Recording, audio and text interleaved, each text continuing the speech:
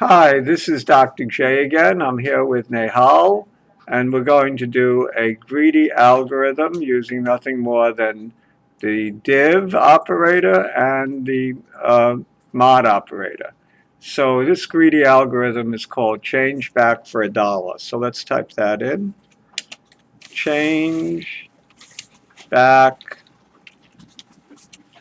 from $1. So somebody gives you a dollar, you have to make change, and you want to optimize so that you give back the fewest coins. You give back the fewest coins. This is called a greedy algorithm that we're going to be doing. The technique used is called a greedy algorithm. And what's really great about this algorithm is it's sophisticated, yet all we need is an assignment statement in order to do the calculations together with, of course, cout and so on. So we included IOStream, we're using namespace standard, and we could end with return 0, which is pretty standard. So we'll end with that to show that everything's cool and everything's good in the world and all of that. So what's the first thing you should do, Nehal? We use double for this. You declare our variables. Okay, Yeah. so let's call it int the amount spent and the change. How's that? Yeah. Amount spent and the change. Okay. Wouldn't it be better to use double here? No, because we're going to use a mod operator. So we're staying with pennies. You know, we don't need to go into cents, into dollars and cents. We're not doing. So it's just pennies. Oh, so everything is in pennies. Yeah, yeah. So we don't need double. All right. So now let's ask the user to how much should the item cost? How much is the item being that you are buying?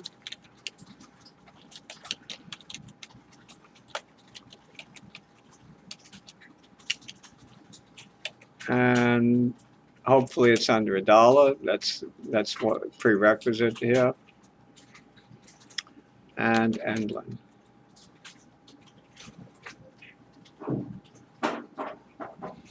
I should say it must be under $1. How's that? It must be under $1.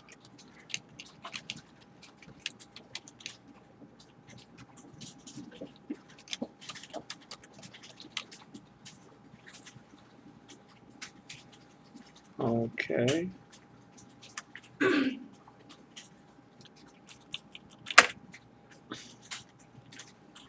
And now we should read it in, right?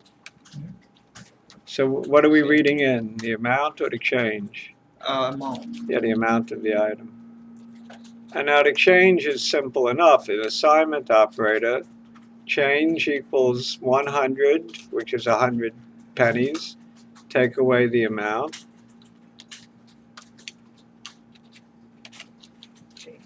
And we're assuming that the amount is under $1.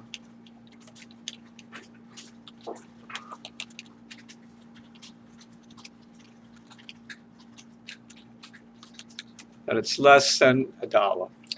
Okay. All right. So we have quarters, and we have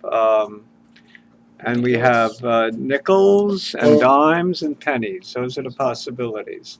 We could, if you like, introduce variables and with the Q, D, N, and P. That's one way to go about it. So we can introduce that up on top. number of quarters, number of dimes, number of nickels, number of pennies. Okay.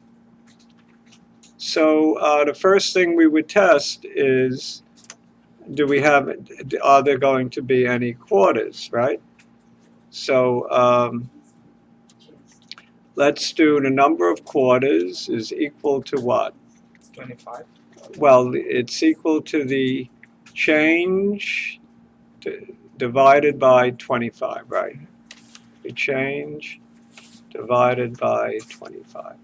So if the change is less than 25, the number of quarters will be 0. So let's just say note. If change is less than 25, then no quarters are returned.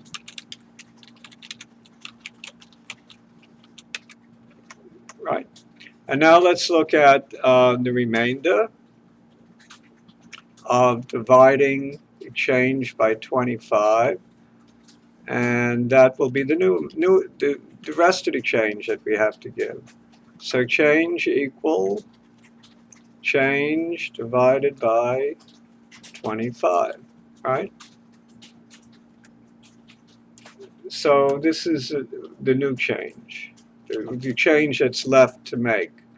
How should we write this? What's a good comment? The rest of the change?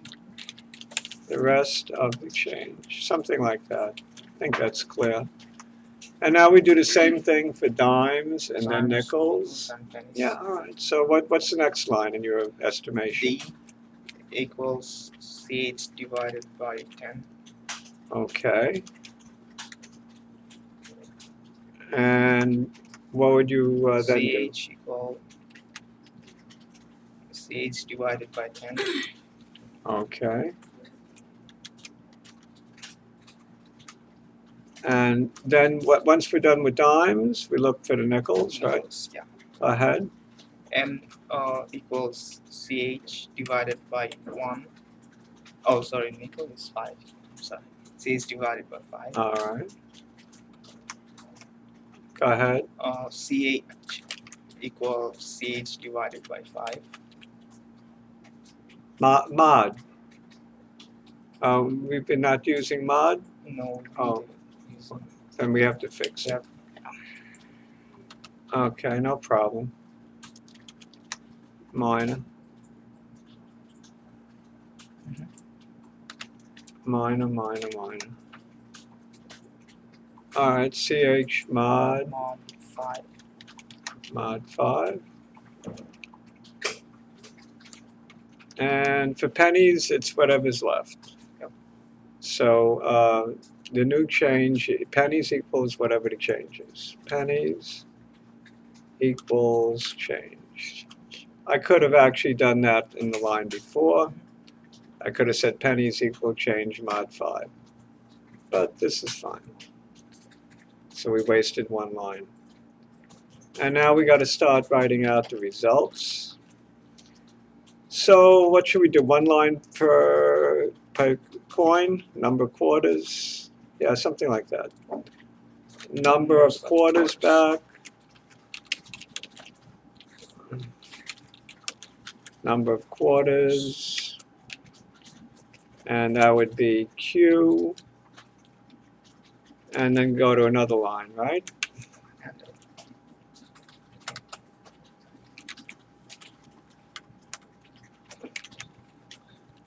And then see out Number of dimes. number of dimes.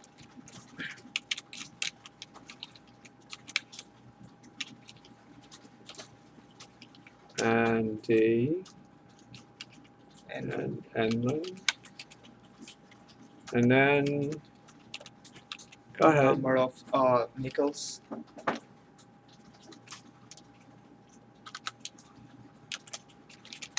Number of nickels. And And and then and see out number of pennies, right? And this is a pretty straightforward program, nothing complex. Now it seems easy. Yeah. Number of pennies. Seems easy because it is easy. P. And rarely do I think my programs will run the first time, but I think this is going to run the first time. What do you think? All right, we have return 0, and okay. You see anything that looks obviously wrong? I think it looks good. All right, so let's save it.